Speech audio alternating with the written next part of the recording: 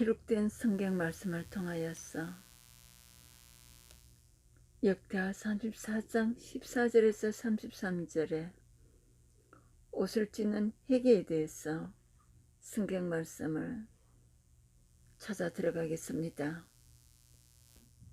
14절에서 17절 말씀을 통하여 대제사장 hil기야가 성전을 보수하는 과정에서 모세가 전한 여호와의 율법책을 발견합니다. 이스라엘 자손에게 여호와 율법책에 한동안 잊혀 있다가 발견된 것입니다. 하나님의 말씀은 악한 세력의 어떤 방해 공작에도 없어지지 않고 영원히 살아 있습니다. 어떤 사람도 하나님의 말씀의 능력을 막을 수는 없습니다. 대제사장 hil기야는 발견한 율법책을 사반에 껴주어 요시야 왕에게 가져가도록 합니다.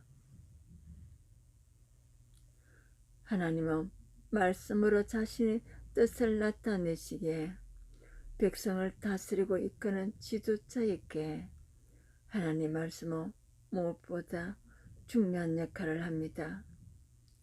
그 말씀을 읽는 자의 마음과 영혼을 변화시킬 뿐만 아니라 죄로 가득한 마음의 문제를 해결하는 말씀입니다.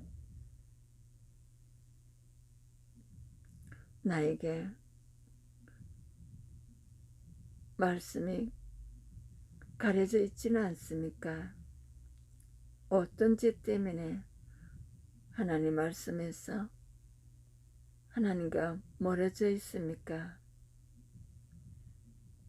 18절에서 21절에 율법 앞에 선 요시야 왕에 대한 기록입니다.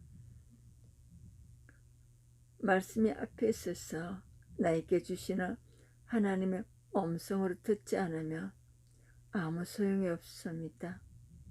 요시야 왕은 율법서의 내용을 들으며 유다에 계속되는 죄 때문에 심판이 필연적임을 직감하고 옷을 찢으며 통회하며 회개합니다. 그는 그 말씀을 듣고 유다 왕과 백성이 저지른 죄악의 심각성을 성령님이 주시는 은혜로 깨닫게 됩니다. 말씀을 듣지 않아 자신의 처한 상황을 객관적으로 볼 수 없게 자아도취에 빠지고 물질적으로 안정되기까지 하며 평안하고 괜찮다고 착각하는 것이 100% 죄인이 인간의 한계입니다. 말씀이 깨달아지며 시한부 판장을 받아 중간자처럼 하루하루 버티고 있는 것 자체가 하나님의 심판이 유발하시는 은혜임을 알게 됩니다. 내 죄뿐 아니라 다른 사람에게 임박한 심판 때문에 옷을 찢으며 애통해야 할 일이 있는지 살펴보시기를 바랍니다. 22절에서 23절에 기록된 모든 저주에 대한 내용입니다.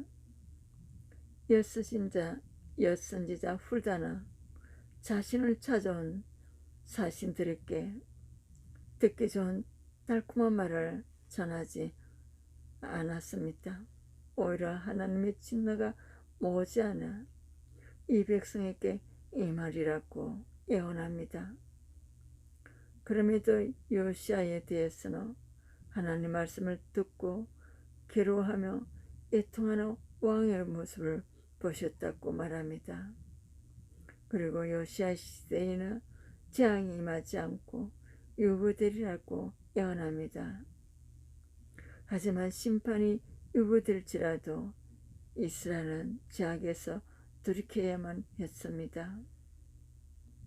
이에 요시야는 성전에 모인 백성에게 율법책에 기록된 말씀을 들려주고 하나님 앞에서 언약을 세웁니다. 말씀대로 사는 것만이 하나님 백성의 살 길입니다. 이런 영적 부흥은 요시가 살아있는 동안에만 지속되었습니다. 내가 회개함으로써 하나님의 심판이 유보되기를 바라는 사건은 무엇입니까? 공동체가 하나님 앞에서 다시 세워야 할 언약의 말씀은 무엇인지요? 저희 죄를 먼저 회개하게 하시고 지체들에게 임한 심판의 사건을 돌아보고 공동체의 죄를 함께 애통하며 회개하게 하옵소서. 우리 각자의 죄로 하나님의 심판이 우리 때뿐 아니라 자녀들의 때에도 유보되기를 간절히 원하며 나아가게 하옵소서. 하나님 아버지와 통화할 때 온몸과 불평의 말씀을 많이 하실지라도 끝까지 잘 듣겠습니다. 아버지 사랑해요, 감사해라고 자주 말씀드리겠습니다. 신명기 13장과 시편 99편과 이사야 41장, 계시록 11장을 참조하시기를 바랍니다. 찬송, 새 찬송가 200장, 통 235장 달고 오면 그 말씀. 하나님 사람의 간증입니다. 아버지는 예수를 믿는다고 어머니를 많이 핍박했다고 합니다.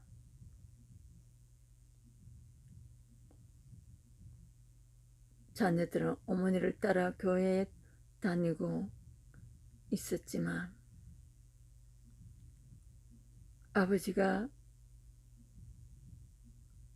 앞으로 교회에 다니지 말라고 소리쳤다고 합니다.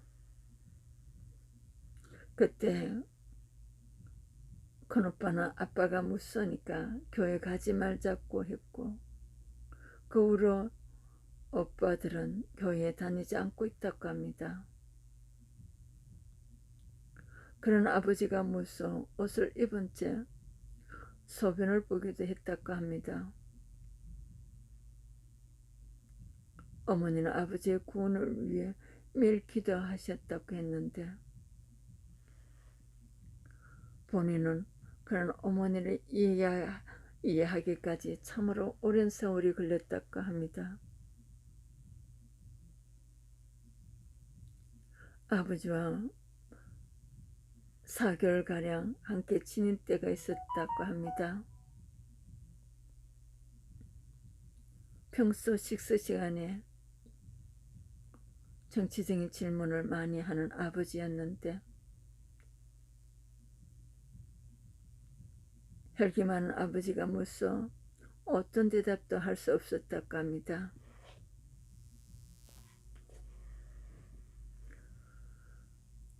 혈기 많은 아버지는 자신의 생각에 반대하며 버럭 할아내며 수저를 던져버리며 자리에 일어나곤 했다고 합니다.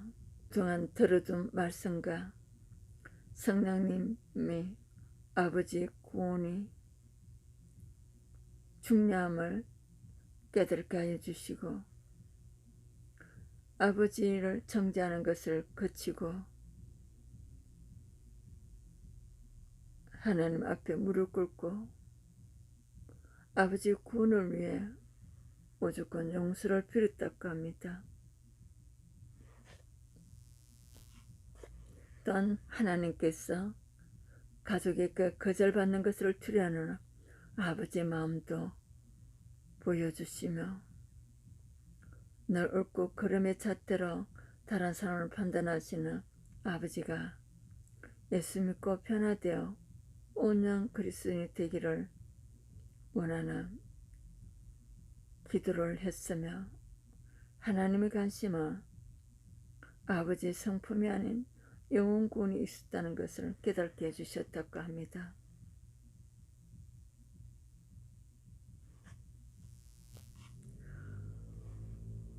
어느 날 아버지께서 미안하다고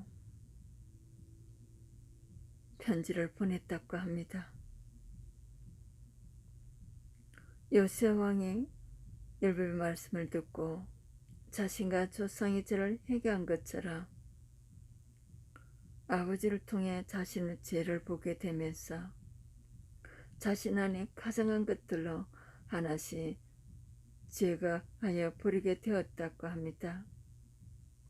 이전에는 관심도 없던 성경책에 읽고 싶은 생명의 말씀이 되게 하고자 아버지가 저희 구원과 거룩을 위해 수고하셨음을 인정하게 되었다고 합니다.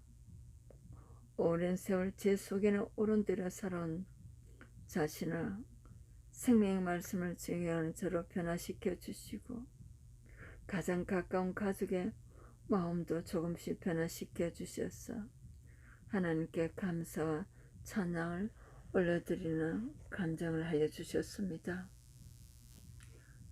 메시지 전달자 차이스다 목사였습니다.